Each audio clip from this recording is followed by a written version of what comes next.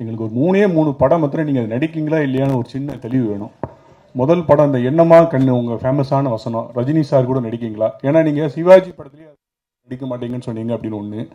அப்புறம் இந்தியில் சல்மான் கானுக்கு வில்லனா நடிக்கீங்களா?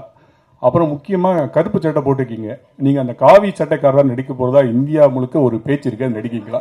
இந்த 3க்கு விளக்கம் கொடுத்தீங்கன்னா போதும். இன்னும் ஏதாச்சும் கேள்வி இருக்கா? பாருங்க, எல்லாம் என்னன்னா இன்னைக்கு இருக்கிற கார்பரேட் கம்பெனியில ஒவ்வொரு விஷயம் அவங்க தான் சொல்லணும். இல்லை தனஜெயின் சார், அவங்க தான் அனௌன்ஸ் பண்ணணும். அதனால் ஊடகமா சொல்ல, நீங்க ஏதாச்சும் கிசு மாதிரி எழுதிக்கலாம் ஒழிய ஏன் வாயிலிருந்து வரக்கூடாது அப்படிங்கிற மாதிரி அக்ரிமெண்ட் இருக்குது. அதனால தான் இந்த கேள்விகளுக்கு பதில் சொல்ல முடியறது இல்லை. இந்த கூலி வந்துருச்சு இன்னைக்கு ஆன் போர்டு இல்லை சார்? ஆமாம், கூலியில் ரஜினி சார் படம் நடிக்கிறேன். அது வந்து அவங்க அனௌன்ஸ் பண்ணிட்டாங்க. மீதி கேள்விகளுக்கெல்லாம் அவங்க தான் சொல்லணும். நானா முந்திரி கொட்ட மாதிரி சொல்ல முடியும். இல்லை, அக்ரிமெண்ட் இருக்குது. அவங்க இப்போ தேவையில்லாமல் நம்ம மேலே கேஸ் போட்டுருப்பாங்க.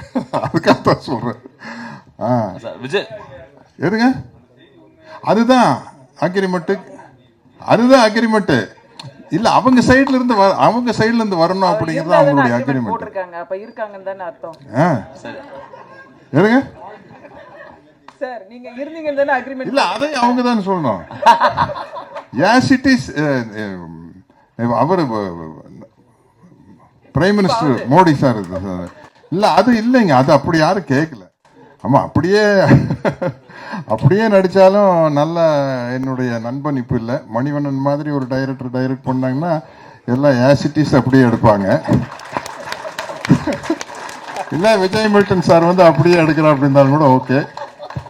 வெற்றிமாறன் மாதிரி, ரஞ்சித் மாதிரி, மாரி செல்வராஜ் மாதிரி டைரக்ட் பண்ணாங்கன்னா மோடி பயோபிக் நல்லா இருக்குன்னு நினைக்கிறேன்.